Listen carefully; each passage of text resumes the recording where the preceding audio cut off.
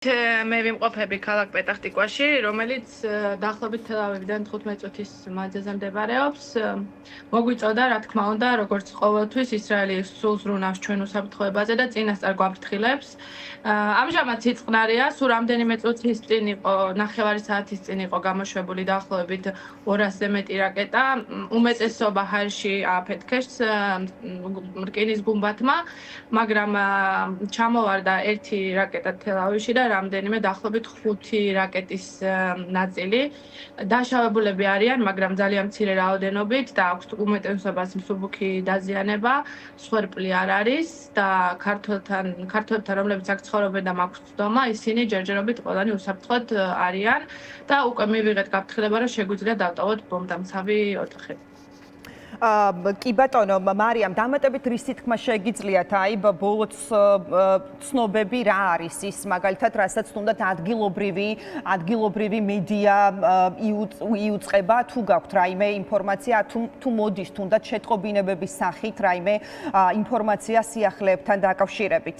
კი, რა თქმა უნდა, მუდმივად გვაწვდიან ახალ ამბებს, მუდმივად გვაწვდიან გაფრთხილებებს, მოვიმარაგეთ დაახლოებით წყალი, პროდუქტები, არა იმიტომ რომ რამე იქნება ქვეყანაში რამის დეფიციტი, უბრალოდ იმიტომ რომ სირენების შემთხვევაში არ მოგვიწიოს დავტოვოთ ჩვენი სახლები, ბომბდამცავი ოთახები და როგორც ყოველთვის ვიყოთ მზად. კი ბატონო, გასაგებია, ახლაც როგორც ვიცი, თქვენ თავშესაფარში იმყოფებით, ხო? მე როგორც თქვენ ოჯახთან ერთად 5-7 წუთის წინ დავტოვე თავშესაფარი, რომელიც ასევე მდებარეობს ჩემს ბინაში, ბავშვებს წინავთ და გამოვედი აივანზე, იმიტომ რომ თქვენთან მესაუბრა და შემიძლია გაჩვენოთ ახლა რა ვითარება ქალაქში. არის სიმშვიდე, სიწყნარე, ხალხი ძალიან მშვიდად და ადეკვატურად ხდება როგორც ყოველთვის. იმიტომ რომ ეს პირველი შემთხვევა არ არის და აქაური ხალხი არის ძალიან ძლიერი, მომზადებული, მობილიზებული და როდესაც ირთვება სირენები, ყველანი დაწყებული პატარა ბავშვები და დამთავრებული დიდი ადამიანებით აფარებენ თავს ოთახებს.